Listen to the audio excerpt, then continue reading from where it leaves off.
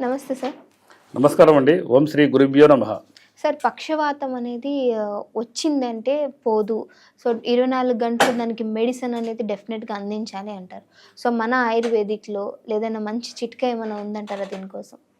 మంచి చిట్కా అంటే పురాతన కాలంలో అంటే కొన్ని వందల సంవత్సరాలు, ఇది 6000 సంవత్సరాల చరిత్ర ఉన్నది. మా గురువుగారు చెప్పేది అంటే కొన్ని వందల సంవత్సరాల నుంచి అసలు చాలా మంది రకరకాల మొక్కలు చెప్తారు. తమలపాకులు అంటారు, అల్లం అంటారు, బెల్లం అంటారు, రకరకాలుగా. అయితే మీరు ఎక్కడైనా చూడండి, ఒక వ్యక్తి ట్రీట్మెంట్కి పోయి వచ్చిన తర్వాత ఆ వ్యక్తి చెయ్యి ఇట్లే ఉంటుంది, కాలు వంకరే ఉంటుంది. దాన్ని ఏదో కరసాయంలో ఏదో ఒకటి నడుస్తుంటారు. ఒక 2 ఇయర్స్ అక్కడ ఇక్కడ తిరిగిన అంటారు రకరకాలుగా. అసలు వాస్తవంగా ఏంటంటే శరీరంలో ఇది వాత వ్యాధి. ఇప్పుడు జనరల్గా ఏంటంటే ఇది ఎందుకు వస్తుందంటే బీపీ కానీ లేకపోతే దాన్ని కరెక్ట్ కనుక మెయింటెనెన్స్ చేయలేక, ఇప్పుడు బ్లడ్ ప్రెషర్ ఉన్న వ్యక్తి ఆ బీపీకి సంబంధించిన గోళీలు ప్రతిరోజు వేసుకోవాలంటారు. దానికి అవసరం కూడా లేదు.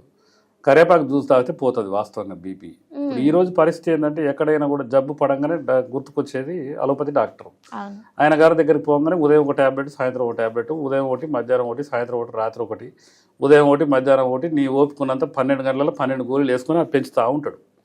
ఇది అందరికి జగమెరిగిన సత్యం. కానీ ఒక మంచి ఆయుర్వేద డాక్టర్ దగ్గరికి వెళ్తే ఆయన ఏం చేస్తాడంటే బీపీ ఎందుకు వచ్చింది, అసలు వాస్తవంగా నీకు ఏమైనా థింకింగ్ ఉందా, నీకు ఎంతమంది పిల్లలు, నీకు పెళ్ళి అయిందా, నీకు ఏంది వ్యాపారం ఏంది, అన్ని ప్రాబ్లమ్స్ ఉన్నాయా, ఏమైనా ఉన్నాయా అని నాడి చూసుకొని అసలు ఏదో ఒకటి రెమెడీ చెప్తారు. ఫస్ట్ ఏదో ట్రీట్మెంట్ చేస్తే అయిపోతుంది. కానీ మనం ఏం చేస్తామంటే ఈ మెడిసిన్ స్టార్ట్ చేస్తాం. మెడిసిన్ స్టార్ట్ చేసినాక అది ఎడిక్ట్ మెడిసిన్. ఎగ్జాంపుల్ ఒక 4 సంవత్సరాలు బీపీ గోళీలు వాడుతూనే ఉంటాడు, 3 సంవత్సరాలు 3 నెలలు వాడతాడు.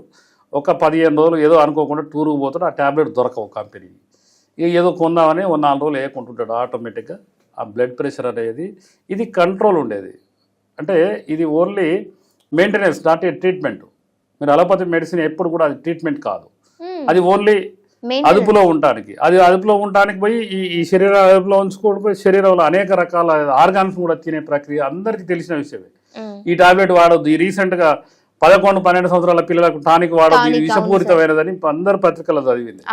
అంటే ఈ పత్రహరితం అనేది, ఈ ఆకుల అలములతో అనేది ఏమైనా కొంత క్వాంటిటీ ఎక్కువ తీసుకుంటే ఒకసారి మోషన్ అయితే తప్ప ఎలాంటి కళ్ళు తిరిగి కింద పడిపోయే ప్రక్రియ అయితే ఉండదు. కాబట్టి చాలా మంది ఇప్పుడు అవగాహన లేని వ్యక్తులు ఆయుర్వేదంలో కనుక నేను 6 నెలలు వాడినా, నేను సంవత్సరం వాడినా అంటారు. కానీ భర్తకు జబ్బు వస్తే భార్య ఫోన్లో టచ్లో ఉంటుంది, ఆ భర్తకు చెప్పరు మొత్తం. లేకపోతే కొడుకు జబ్బు వస్తే తండ్రి ఫోన్లో టచ్లో ఉంటాడు. అట్లా కాకుండా అసలు వచ్చిన వ్యక్తికి ఈ జబ్బు ఏంది అనేది క్లారిటీగా చెప్పి ఈ విధమైన తీసుకోవాలి, మనోధైర్యంగా ఉండాలి, 8 గంటలు నిద్రపోవాలి. ఆ తర్వాత ఎప్పుడైనా పోతుంది, ఆయుర్వేదంలో ఈ అద్భుత పరిష్కారం ఉంది అని చెప్పగలిగే వ్యక్తులు లేరు ఈరోజు. మా గురువుగారు చెప్పేది, వాడు రాగానే మంచి భోజనం అయితే బెటర్ అని, మందుల సంగతి తర్వాత సంగతి, ఒక టైంకు మంచి భోజనం పెట్టు, వాని స్థితిగతులు ఏంది.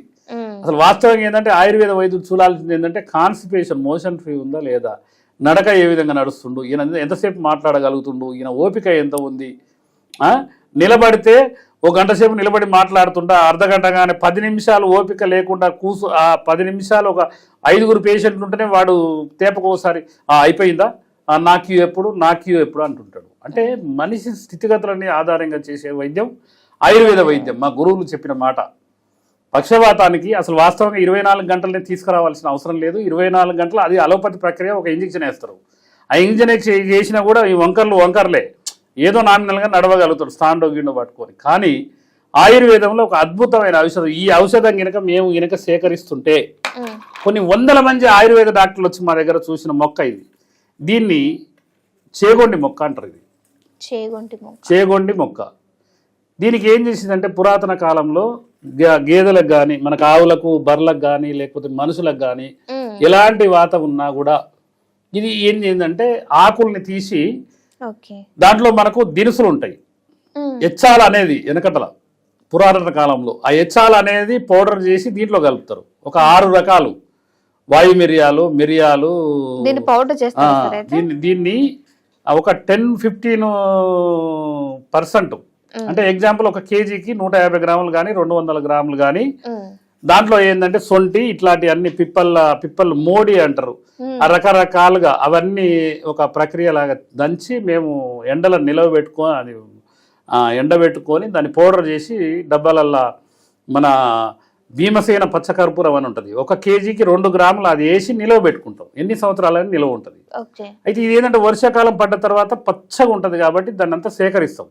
సేకరించి పచ్చిగా ఉన్నప్పుడే దాంట్లో దినుసులు అసలు వాస్తవంగా ఎచ్చాలనేది వాటిని. ఇప్పుడు ప్రక్రియలు మనం మొత్తం మోడర్న్ వ్యవస్థ మారిపోయింది కాబట్టి ఇప్పుడు దినుసులు అంటారు. ఆ దినుసులు అందులో కలుపుకొని దీంట్లో కలుపుకొని ఉదయం 1 చెంచా, సాయంత్రం 1 చెంచా 100 గ్రాముల పౌడర్ ఇస్తాము. ఉదయం గోరువెచ్చని నీళ్ళలో, సాయంత్రం గోరువెచ్చని నీళ్ళకి తీసుకుంటే ఒక 30 రోజులల్లో ఆ వాతం అనేది శరీరం ఎంచిపోతుంది. మీకు ఎంత బీపీ ఉన్నా కూడా శరీరంలో వాత ప్రక్రియ అనేది లేకపోతే ఈ పక్షవాతం వచ్చే ప్రక్రియ కాదు. కాబట్టి అది కూడా పక్షవాతం వచ్చే ముందర ఒక నెలలు సిమ్టమ్ చూపెడుతుంటది. ఒక కాలు నొప్పి లేవడము, ఒక చెయ్యి నొప్పి లేవడము, ఒక కాలు గుంజడము, అది రక్త ప్రసరణ లేకపోయినట్టు అనిపించడము, నరాలు ఉబ్బినట్టుగా రకరకాలుగా సిమ్టమ్స్, ఈ ఏరియాలో నొప్పి రావడము, ఈ ఏరియాలో నొప్పి రావడము, ఇవన్నీ మనం గమనించాలి. ప్రతి ఒక్క వ్యక్తి ఈరోజు ఏం చేస్తున్నారంటే బిజీ లైఫ్. ఈరోజు ఏంటంటే ఆయన ఎంత సంపాదిస్తుండో, ఏం రెస్ట్ తీసుకుంటుండో, ఎన్ని గంటలు నిద్రపోతుండో చూసేది లేదు. ఎప్పుడు డబ్బు సంపాదన మీద ఉండి సడన్గా పక్షవాతం వచ్చేవారు తీసుకుపోయి హాస్పిటల్ తీసుకుపోయేస్తారు. వాళ్ళు ఏసీ గదులలో పెడతారు. వాస్తవంగా ఏంటంటే పక్షవాతం వచ్చిన వ్యక్తికి తలకు కట్టుకట్టాలి, గాలి అనేది పోకుండా. ముక్కు రంధ్రాలలో కూడా ఒక పల్సటి దూది లాంటిది పెట్టి ఆ చీకటి గదిలో పెడితే అసలు వాస్తవంగా ఆ జబ్బు పెరగదు. ఇప్పుడు చెప్పేటోళ్ళు లేడు, వినేటోళ్ళు లేడు. కాబట్టి దీనికి ఈ ప్రక్రియ ద్వారా అయితే 100% 10 రోజుల కింద పక్షవాతం వచ్చినా తీసుకురావచ్చు, 10 సంవత్సరాలకు వచ్చినా తీసుకురావచ్చు.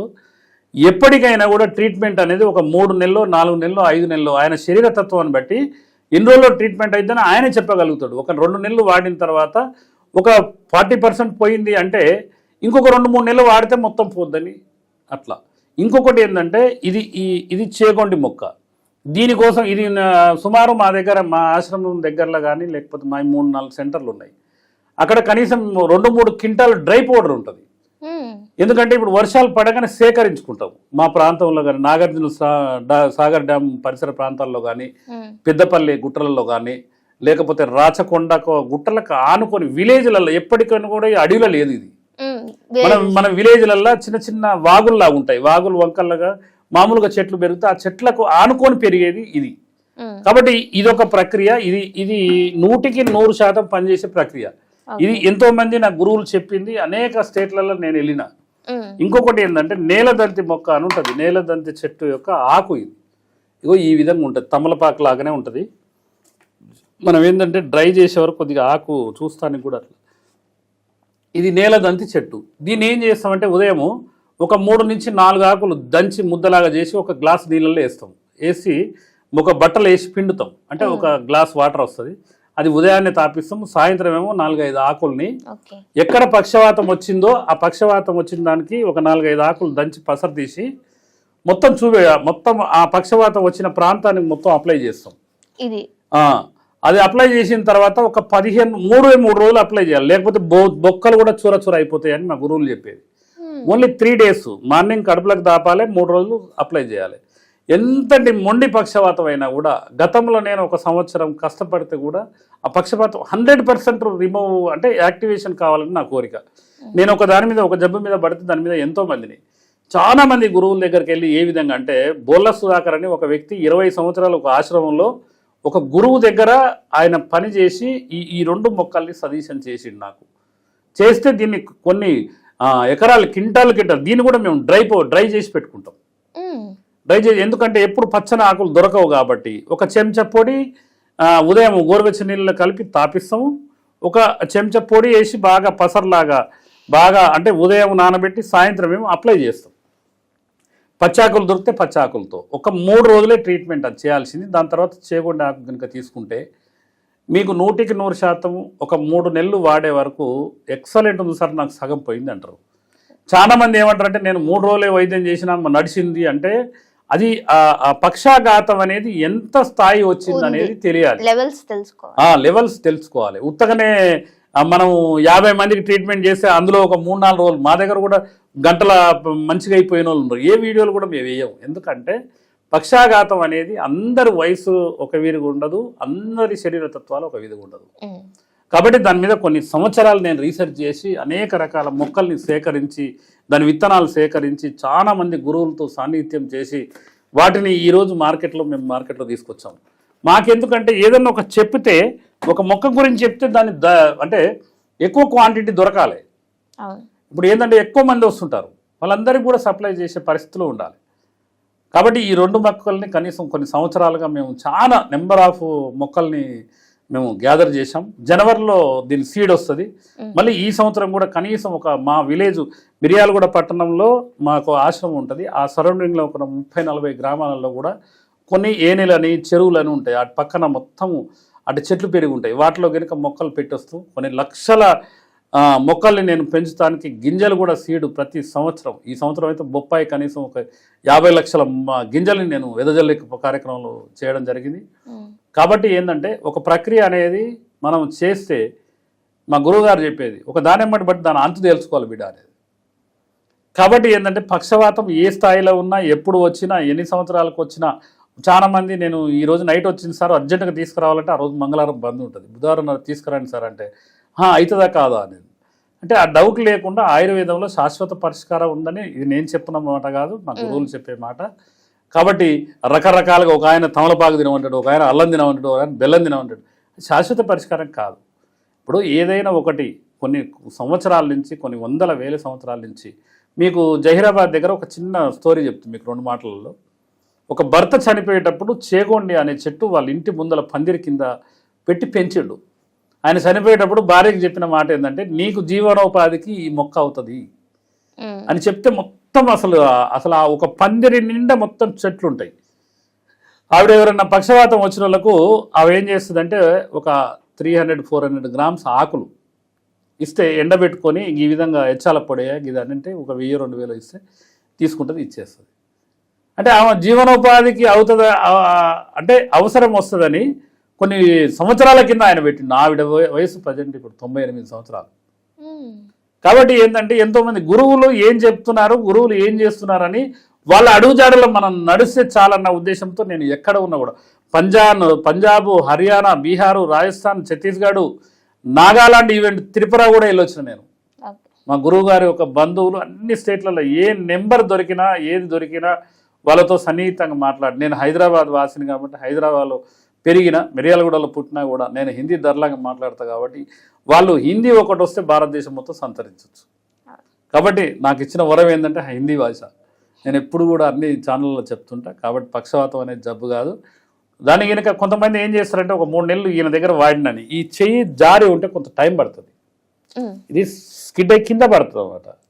ఎక్కువ శాతంలో బాడీలో పక్షవాతం వస్తే అట్లాంటి వాళ్ళు కొద్ది టైం తీసుకొని వాడాలి. ఇంకొకటి ఏంటంటే మేము మసాజ్ ఆయిల్స్ ఇస్తాం. ఒకటి ఎరండ తైలం అని, ఒకటి క్షీరబల తైలం అని. అసలు వాస్తవంగా ఎవరు తయారు చేయరు. 48 అవర్స్ బాయిల్ చేయాలి. అది ఏంటంటే ఒక 1/2 లీటర్ ఇస్తాం. అది ఏంటంటే సగం అప్లై చేసుకోవాలి, సగం తలకు పెట్టుకోవాలి. అంటే ఏది బ్లడ్ క్లాట్ ఉన్నా కూడా పోతుందనే ఉద్దేశంతో. అంటే కొన్ని బ్లడ్ క్లాట్ కరుగుతానికి కూడా కొన్ని క్యాప్సూల్స్ వాతాహరిణి గుళికలని ఉంటాయి, ఆముదాలతో తయారు చేసిన సొంటి ప్లస్ ఆవునేతో తయారు చేసినవి ఉంటాయి. అవి కనుక వాడితే ఏంటంటే క్లాట్ కరిగిపోద్ది, వాతం అనేది పోతుంది. ఇలాంటి ప్రక్రియలు అన్నీ చేస్తే పక్షవాతం అనేది జబ్బు కాదు. తప్పకుండా చాలా మంది ఫోన్ చేసి సార్ ఒక 5 సంవత్సరాల నుంచి వచ్చింది, నా భార్యకు ట్రీట్మెంట్ చేస్తావు సార్, ₹1,00,000 ఇవ్వకపోతే నేను ఏం చేయాలంటే.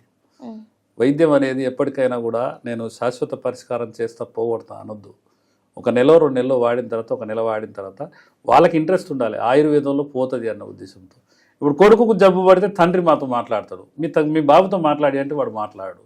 మనకి జబ్బు అంటే ఏందో తెలియదు, ఈ జబ్బు ఎన్ని రోజులు పోతుందో తెలియదు. ఈ ఆయుర్వేద మందులు వేసుకుంటే మోషన్స్ 2 రోజులు కాగానే తీసి పక్కకు పడేసి మా ఆఫీస్ మీదకి వచ్చి ఇట్లా ఇసిరేసి అనుకుంటున్నారు. ఏం మందులు అయ్యి మోషన్స్ అవుతున్నాయని. పొట్ట రోగాల పొట్ట శుద్ధి అయితేనే జబ్బులు ఉండవు. అంటే ఇవన్నీ ప్రక్రియలు తెలుసుకున్న వ్యక్తి మా దగ్గరకు వస్తే చాలా ఈజీ. అంతేగాని ఒకరికి జబ్బు వస్తే వాళ్ళ కుటుంబ సభ్యులు ఎవరో మాట్లాడుకుంటూ ఫోన్ మాట్లాడామంటే సార్ కొద్దిగా తక్కువైంది లేదు సార్ అంటే వాళ్ళు ఏంటంటే ఒక ఎఫర్ట్స్ పెట్టి చేసే వ్యక్తులు కాదు. కాబట్టి ఏంటంటే ఆయుర్వేదం మీద నమ్మకం, ఆయుర్వేదం గురించి తెలుసుకోవాలి. అందుకనే మేము ఎవరైనా వస్తే 1 గంట సేపు కూర్చోబెట్టి, నేను ఎక్కువ మందికి అపాయింట్మెంట్స్ ఇవ్వం మా దగ్గర. ఒక 10 మందికి, ఒక 15 మందికి, ఒక ½ అవర్ నుంచి 40 మినిట్స్, ½ అవర్ అయితే మాట్లాడతాం. ఇది ఆయుర్వేద శాస్త్రం అని అంత చెప్పినా కూడా వారం రోజుల్లో మళ్ళీ సార్ ఈ వారం అయింది మొత్తం కడుపులో విసుకుతుంది సార్ ఇదేంది అని అంటారు. కాబట్టి ఏంటంటే ఆయుర్వేదం గురించి తెలుసుకోవాలి, అనువంశిక గురు పారంపర వైద్యుని ప్రోత్సహించాలి. ఆయుర్వేద వైద్యం అంటే మనం తీసుకునే ఆహారంలో మన వంటింటి దినుసులు మొత్తం ఆయుర్వేదమే. మెంతులు, దాల్చిన చెక్క, మిరియాలు, యాలకులు, లవంగాలు, ప్రతి ఒక్కటి, జీలకర్ర, ప్రతి ఒక్కటి మనం వాడేది. మెంతులు ఎంతో శ్రేష్టకరమైన, దాన్ని మలుచుకుంటే అన్ని రకాల జబ్బులు. కాబట్టి ఏంటంటే ఆయుర్వేదం అని తెలుసుకోవాలి. ఆయుర్వేద ప్రచారకర్తలం మేము. ఇప్పుడు మనిషి చనిపోయే వ్యక్తిని తీసుకొచ్చి ఇది ఏమైనా చేయగలుగుతామో ఛాలెంజ్ అంటే అది తప్పు బిడ్డ, అట్లా మనం అనొద్దు అనేది. చాలామంది ఏంటంటే ఆయుర్వేదము లాస్ట్ దశలో ఉన్నప్పుడు ఎత్తుకుంటారు. అట్లా కాకుండా శరీరంలో ఏ జబ్బు వచ్చినా కూడా ఆయుర్వేదం ఫస్ట్ సెర్చ్ చేయాలి. మనం 250 సంవత్సరాలు మీరు వెనక్కి వెళ్ళండి, ఏదన్నా అలోపతి డాక్టర్లు వైద్యం ఉందా? లేదు. మరి ఎందుకు అంత నిర్లక్ష్యం? కాబట్టి మాకు ఎంతో మంది ఆయుర్వేదం అంటే ఈ రూట్లో వచ్చిన వాళ్ళు అలోపతి మెడిసిన్ వాడరు. అలోపతి డాక్టర్ దగ్గర పోతే ఆయుర్వేదం వాడొద్దు అంటారు. కానీ మా దగ్గరకు వచ్చిన వాళ్ళకు అలోపతి మందులు వాడుకుంటేనే మా మందులు వాడి దశల వారీగా తగ్గేవని చెప్తాం. అంటే ఇక్కడ ఏంటంటే ఎవరైనా వైద్యం ఒక్కటే గౌరవించి, కొంతమంది కూసుకొని అలోపతి డాక్టరు ఈ డయాబెటిక్, కొంతమంది ఈ ఆయిల్ దాగురి పోద్ది, ఇది పోద్ది, అది పోద్ది అని అంటారు. అలోపతి డాక్టర్ తిట్టొద్దు. ఎందుకంటే మేము ఒకప్పుడు కిడ్నీ ట్రీట్మెంట్ చేసేటప్పుడు ఆ డాక్టర్లే బ్లడ్ ఎక్కించేది. అంటే ఆ వైద్యం కూడా మనం గుర్తియాలి. కాబట్టి ఎవరైనా భారతదేశంలో అనేక సంపదలు ఉన్నాయి. అనేక సంపదలలో ఆయుర్వేద సంపద అనేది ఒకటి. ఇది ఒక వేదం. కాబట్టి సనాతన ధర్మ పండితులే వేదాన్ని ప్రోత్సహించాలని ఉండేది. ఇప్పుడు అందరూ ముస్లింలు, క్రిస్టియన్లు, అనేక రకాల మంది కూడా ఆయుర్వేద వైద్యం చేసేటోళ్ళు. కాబట్టి ఎప్పటికైనా కూడా ఏదైనా సమస్య వస్తే ఆయుర్వేదాన్ని వెతుక్కోవాలి ఫస్ట్, వెతుక్కున్న తర్వాత. కాబట్టి ఆయుర్వేదంలో అద్భుత పరిష్కారాలు ఉంటాయి. Okay sir, thank you. ధన్యవాదాలండి.